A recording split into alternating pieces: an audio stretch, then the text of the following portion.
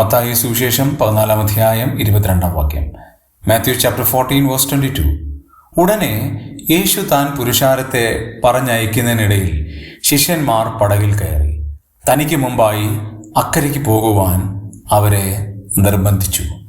കർത്താവ് ശിഷ്യന്മാരെ അക്കരയ്ക്ക് പോകുവാൻ നിർബന്ധിക്കുകയാണ്. കർത്താവ് അങ്ങനെ ശിഷ്യന്മാരെ പറഞ്ഞയച്ചതിൻ്റെ പിൻപിൽ കർത്താവിന് ചില പ്രവർത്തന പദ്ധതികൾ ഉണ്ടായിരുന്നു. ഒന്ന്, കർത്താവ് സർവശക്തനാണ് എന്ന് ശിഷ്യന്മാർക്ക് ബോധ്യമാകണം.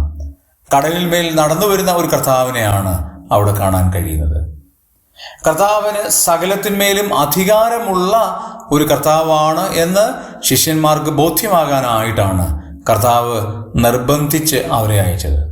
അവിടെ കർത്താവ് പത്രോസിനെ കൈനീട്ടി പിടിക്കുകയാണ്. സകലത്തിന്മേലും അധികാരമുള്ള, കടലിൽ മീതെ നടന്നു വരാൻ പത്രോസിനോട് കൽപ്പിക്കുന്ന അധികാരമുള്ള ഒരു കർത്താവാണ് എന്ന് തെളിയിച്ചു. 3, കർത്താവ് ദൈവപുത്രനാണ് എന്ന് ശിഷ്യന്മാർ തിരിച്ചറിഞ്ഞു.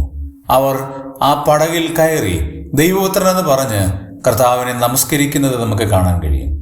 ഇതിനൊക്കെയാണ് നമ്മുടെ ജീവിതത്തിലും ചില കഷ്ടതകളും ദുഃഖങ്ങളും നെടുവീർപ്പുകളും ഒക്കെ തരുന്നത്. നമ്മെ ചില ആത്മീക പാഠങ്ങൾ പഠിപ്പിക്കുവാനായിട്ടാണ്. അത് നാം തിരിച്ചറിഞ്ഞാൽ ദൈവത്തിന് സകല മഹത്വവും കൊടുക്കാനായിട്ട് സാധിക്കും.